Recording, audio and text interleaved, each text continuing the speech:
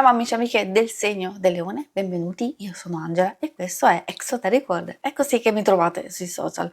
Questo è l'oroscopo settimanale dal 6 al 12 aprile. Prima di iniziare vi ricordo che è una stesa generica, prendete solo ciò che vi risuona di più, se volete potete integrarla con il vostro ascendente per avere più informazioni. In descrizione trovate le recensioni dei mazzi usati, i link per acquistarli e i link alle playlist per conoscere il significato delle carte della Sibilla Lenormand e della Sibilla italiana. Vi invito a iscrivervi e abbonarvi al mio canale per sostenere il mio lavoro, vi ringrazio moltissimo se lo farete o lo avete già fatto. E adesso partiamo con la lettura, andiamo a vedere cosa vogliono dirvi.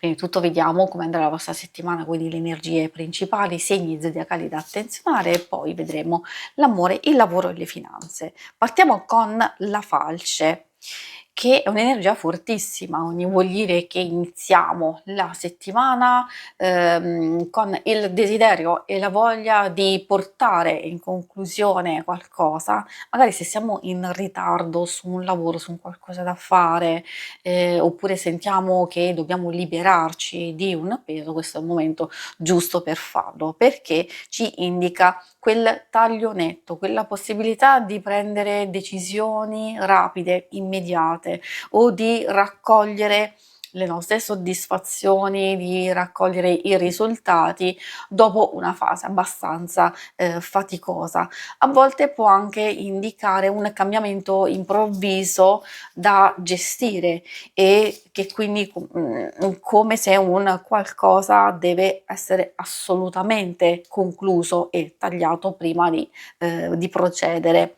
Troviamo la carta del serpente. Magari dobbiamo prepararci a nuove situazioni, seppur nell'incertezza, perché il serpente ci fa capire che dobbiamo essere molto flessibili, dobbiamo cercare di gestire al meglio alcune cose che forse non dipendono neanche da noi, ma da situazioni e altre persone esterne. Ecco perché bisogna farsi furbi, bisogna adottare delle strategie di non aver fretta, di osservare, perché oltre ad esserci delle situazioni ingannevoli, illusorie, magari proprio non abbiamo ancora la sicurezza e la certezza di muoverci in un certo modo. Però adottando le nostre strategie qualche risultato positivo arriva, quindi sia di proteggerci, sia di trovare serenità ed equilibrio, sia anche proprio di risolvere delle questioni importanti. Poi i segni zodiacali da attenzionare sono principalmente quelli di acqua, Cancro, Scorpione e Pesce. Troviamo anche un po' quelli di terra, Toro, Vergine e Capricorno. E adesso procediamo con l'ambito amore. Ambito amore, coppia single, ma chi non dovesse essere interessato, ovviamente alcune cose possono fare riferimento anche alle relazioni più importanti, di amicizia, di famiglia, eccetera. Troviamo la calendula, ecco, questa ci fa capire che c'è un po' di turbolenza in famiglia o nelle relazioni più strette, può essere anche effettivamente con la persona amata, spesso associata a un dispiacere o al senso di inquietudine, oppure anche a un po' di noia, indifferenza o disinteresse. Queste sono cose che possono dare un po' fastidio, soprattutto quando c'è mancanza di entusiasmo e anche di ascolto. E allora ci fa capire che la settimana può aprirsi un po' in questo modo.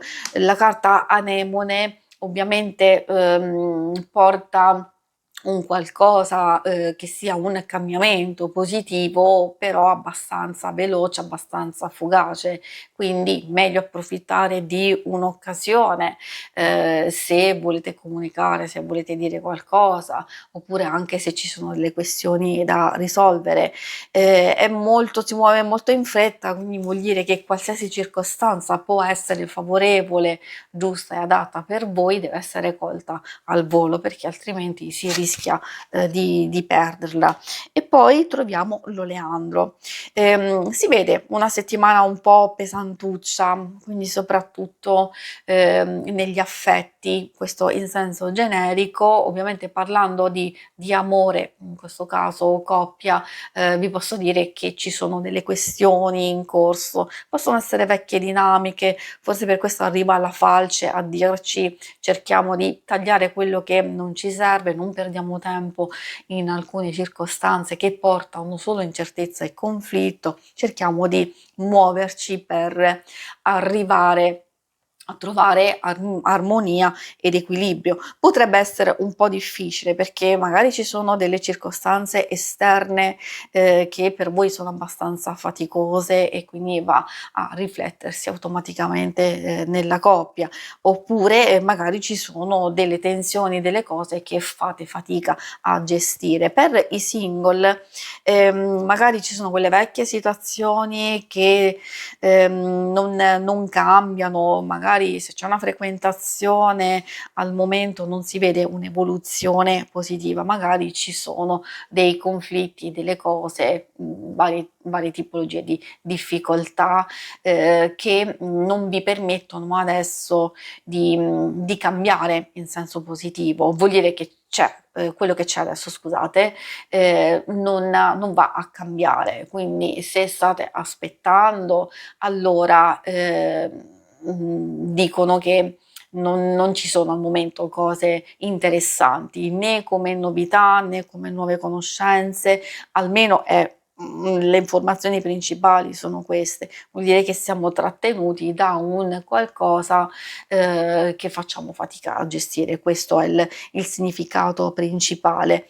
C'è uno spiraglio ovviamente, però queste carte stanno dicendo che bisogna mettersi subito nelle condizioni di andare a tagliare quello che non funziona, quello che ci sta trattenendo. Allora lì sì, muovendoci anche nell'incertezza, però possiamo andare verso qualcosa di diverso, altrimenti rimaniamo un po' in questa situazione dove non c'è molta soddisfazione al momento. E adesso procediamo con l'ambito più pratico del lavoro e delle finanze. Forse questo è quello che secondo me va un po' meglio, nonostante magari ci siano delle incombenze, delle cose che vi stanno preoccupando oppure vi stanno impegnando tantissimo. Infatti qui è vero, c'è un procedere, un andare avanti, sospiri è quello che vi dicevo che fa riferimento a quei pensieri, quelle preoccupazioni, quelle cose che stiamo cercando di capire, comprendere, pianificare, eccetera. Però come vedete si prospetta diciamo una settimana dove capochino ci si mette a fare alcune cose che avete ancora in fase, in corso di sviluppo, anche per concludere. Ad esempio se siete in ritardo con un compito, con un qualcosa da fare, allora ecco questa è la settimana che vi permette di recuperare, andare a concludere e di concentrarvi al massimo sulle cose più importanti, quindi di fare attenzione a non disperdere le vostre energie. Può essere anche interessante per molti di voi proprio il fatto di controllare le vostre emozioni, proprio per permettervi di gestire al massimo non solo il vostro tempo, come vi dicevo, le vostre stesse energie, anche delle idee che avete, però queste devono essere messe un attimino in stand-by, perché prima appunto, come vediamo, si devono chiudere alcune cose, quindi ottenere i vostri risultati e poi procedere successivamente. E questo vale anche per chi è alla ricerca di lavoro. Probabilmente ci sono già dei cambiamenti che state facendo, forse volete dare un'ulteriore spinta a questi cambiamenti e potrebbero essere delle idee giuste per concentrarvi ancora di più su quello che vi piacerebbe fare e su quello che vi piacerebbe ovviamente cercare. Si conclude qui la lettura, vi ringrazio per avermi seguita, se volete in alto a destra trovate il logo per iscrivervi al canale, mentre in basso trovate le schermate per vedere il vostro oroscopo mensile e lunare quindicinale. Alla prossima, vi auguro una buona settimana, ciao!